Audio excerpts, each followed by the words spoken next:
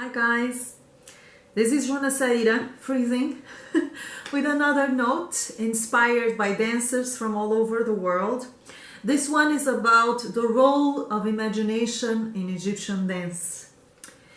Well, this is another polemic subject. For some reason, I tend to focus on polemic subjects. It's not on purpose, it's just that the things that make Egyptian dance, the art form that I know and love, are nowadays subject of polemic somehow. And one of them is imagination. In order to resume the subject, I will have to tell you there are two parallel realities for anyone who is interested in developing Egyptian dance, as an amateur, as a professional, on every level, okay? One of the sides of this parallel world is the learning process, okay? And that includes everything you get from exterior sources, what you learn from other dances, what you learn from your teachers, what you learn from other dance styles, what you read, what you experience that gives you, adds information on the craft, on the art form of Egyptian dance or Rexsharky. That's a very important side of the learning process. Another dimension, of which this one is a parallel or should work in a parallel way, is imagination, is creativity, is our personal perspective on the music, on the dance, on the movements, in the way we use what we learn. I just posted today on Facebook a quote that I often share with my students. It says something like this: what you know does not define you, what you do with what you know does. And I came up with this because I watched so many dancers that I taught along the way, or dancers that I judged in competitions, or colleagues, you know, all sorts of dancers of every level, limiting themselves to reproduce the stuff that they have learned and presuming that would make them great dancers.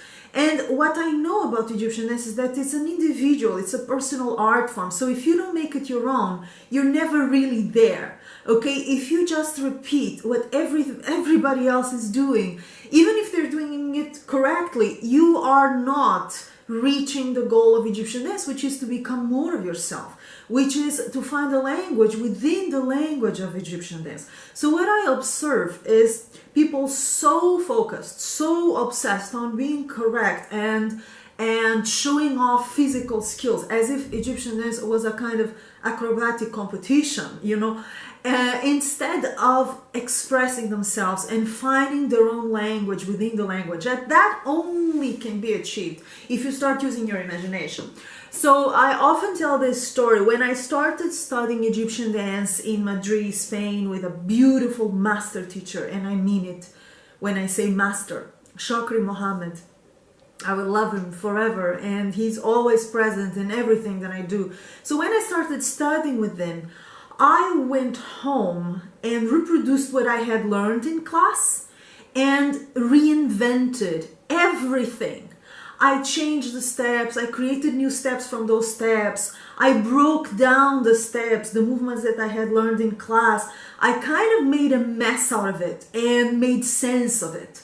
Yes, by myself. Nobody told me to do this. I made it from my own accord, you know. So it's kind of curious how I got into reinventing the technique, reimagining the patterns I was being taught by myself. You don't need to do it by yourself. Here I am, and there are other teachers who for sure having in consideration the role of imagination and pattern design and sacred geometry, all these things, they are at the core of Egyptian dance, although they're not fashionable these days. This is why I mentioned this is a polemic theme, because I'm somehow, without wanting to, I'm going totally against the current just by doing and teaching the right thing, which is very odd. It's crazy, man, but it is what it is. So instead of just reproducing what you learn from your teachers, please guys, start to use your imagination, start to use your creativity.